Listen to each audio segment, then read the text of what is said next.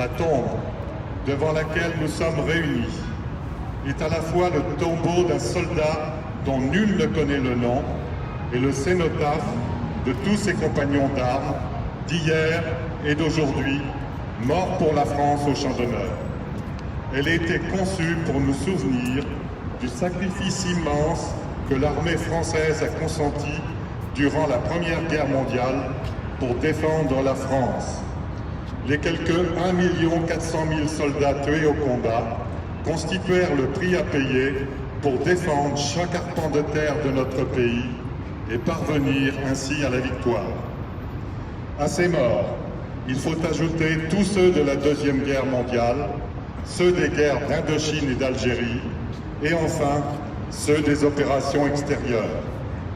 Par leur mort, ces soldats nous permettent, aujourd'hui encore, de vivre dans un pays libre. Et pour que ce soldat, à la fois inconnu et célèbre, et dont le silence et le sacrifice font la grandeur, ne voit pas sa mémoire se perdre dans l'oubli, ce monument a été magnifié 3 ans plus tard par une flamme. C'est la flamme du souvenir. Mais si l'œuvre de mémoire est indispensable, elle n'est pas suffisante, car il nous faut aussi chercher à comprendre le sens de ces sacrifices inouïs et incompréhensibles à notre regard d'hommes contemporains. Car le prix des combats fut à l'époque et reste encore aujourd'hui supporté par l'ensemble de la nation française, avec ses destructions, son cortège de blessés, ses veuves de guerre et ses orphelins, qui portèrent et continuent de porter le prix de la victoire dans leur cœur, leur corps et leur âme, afin que nous comprenions qu'aucune souffrance n'est vaine, quand le but est compris et partagé par tout un peuple. Cette flamme a dépassé le symbole de la fraternité d'armes pour devenir désormais la flamme de la nation. Mais la vie nous apprend que rien n'est jamais acquis définitivement et que vivre librement dans un pays en paix se mérite chaque jour.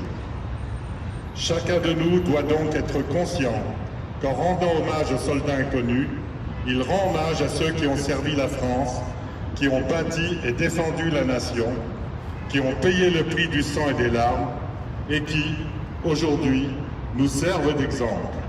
Aussi, chacun de nous, en venant honorer le soldat inconnu, doit-il s'engager personnellement à servir son pays, ne serait-ce qu'en faisant son devoir d'État partout où il se trouvera. L'avenir de notre pays est à ce prix. C'est la flamme de l'espérance.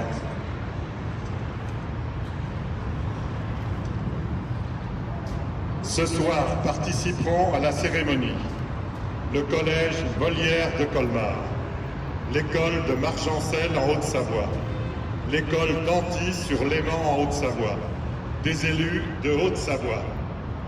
La sécurité du plateau est assurée par un détachement du 2e régiment étranger parachutiste et par la police nationale. Les sonneries réglementaires seront interprétées par un tambour éclairant de la gendarmerie nationale.